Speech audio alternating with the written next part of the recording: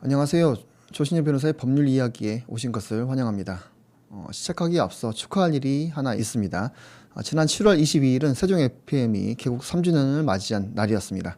지난 3년간 다양한 콘텐츠로 여러분께 즐거움과 정보를 전해온 세종 FM이 앞으로도 오래도록 청취자 여러분 곁에서 함께할 수 있기를 진심으로 기원합니다.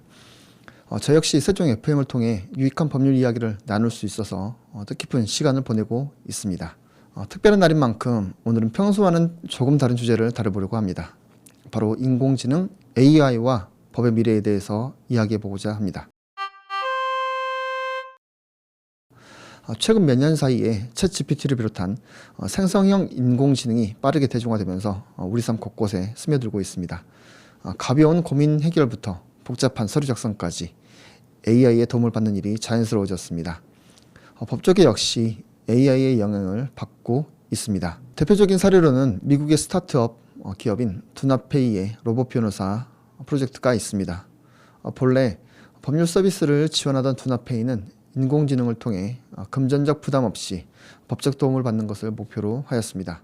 이 서비스는 챗봇이 법정에서의 진술을 들은 뒤 이어폰을 통해 피고인에게 대응 방법을 조언하는 방식으로 이루어지는데요. 원래 법정에서 스마트폰 사용은 금지가 되어 있습니다. 그래서 두나페이는 이를 보청기로 분류할 수 있는 근거를 찾아 변호를 진행하려고 했습니다. 이를 두고 편법이라며 윤리적 문제가 제기되기도 했는데요. 2023년에는 AI가 직접 변론을 진행하는 실험을 추진했지만 두나페이의 불법 영업, 과대 광고가 크게 문제가 되면서 실험은 무산되었습니다. 이 사건은 인공지능이 법정에서 역할을 하게 되는 날이 머지 않았음을 시사하는 동시에 기술 외에도 윤리적 한계가 분명히 존재한다는 점을 다시 한번 확인시켜준 사례였습니다. 직접 법정에서는 로봇 변호사가 아니더라도 전 세계 로펌에서는 이미 계약서 초안 작성, 법률 문서 작성, 판례 분석 등의 업무에 AI를 도입하고 있습니다. AI가 아무리 업무에 도움을 준다 한들 법적 책임은 여전히 변호사에게 있다는 사실을 잊어서는 안 될 것입니다. AI는 보조적 수단일 뿐 법률적 판단과 해석, 법정 진술과 소송 진행 등 그 책임은 변호사의 몫이라는 것을 기억해야 하겠습니다.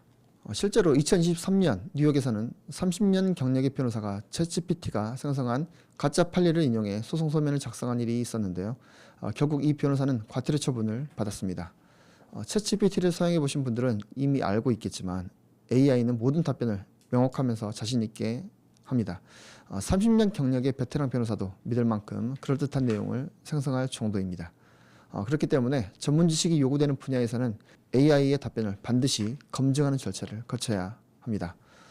종종 상담을 하다 보면 AI가 생성한 잘못된 정보를 그대로 믿고 찾아오시는 분들이 계십니다. 하지만 AI가 존재하지 않는 법령과 존재하지 않는 판례를 소개하는 등 아직은 오류가 많은 것도 사실입니다. 기술의 발전은 반가운 일이지만 법이라는 영역에서는 그만큼 신중함이 요구되기 때문에 AI의 답변을 너무 신뢰하지는 않는 것이 좋겠습니다. 그렇다고 해서 AI가 부정적인 것만은 아닙니다. 한국에서도 이른바 리걸테크 산업이 빠르게 성장하고 있습니다. 슈퍼로이어, 빅케이스 등 다양한 AI 기반 법률 플랫폼이 등장해 계약서 작성, 소송 문서 관리, 사건 분석 등에 활용되고 있습니다. 특히 반복 업무의 자동화 측면에서 AI는 큰 장점을 지니고 있어서 규모를 막론하고 다양한 사무실에서 AI 도구를 활용하는 사례가 점차 늘어나고 있습니다. 하지만 변호사의 직업윤리, 법적 책임, 그리고 인간 중심의 판단력은 앞으로도 중요한 역할을 할 것이라고 생각합니다. 기술이 발전할수록 사람의 판단력이 더 중요해질 수도 있다는 이야기입니다.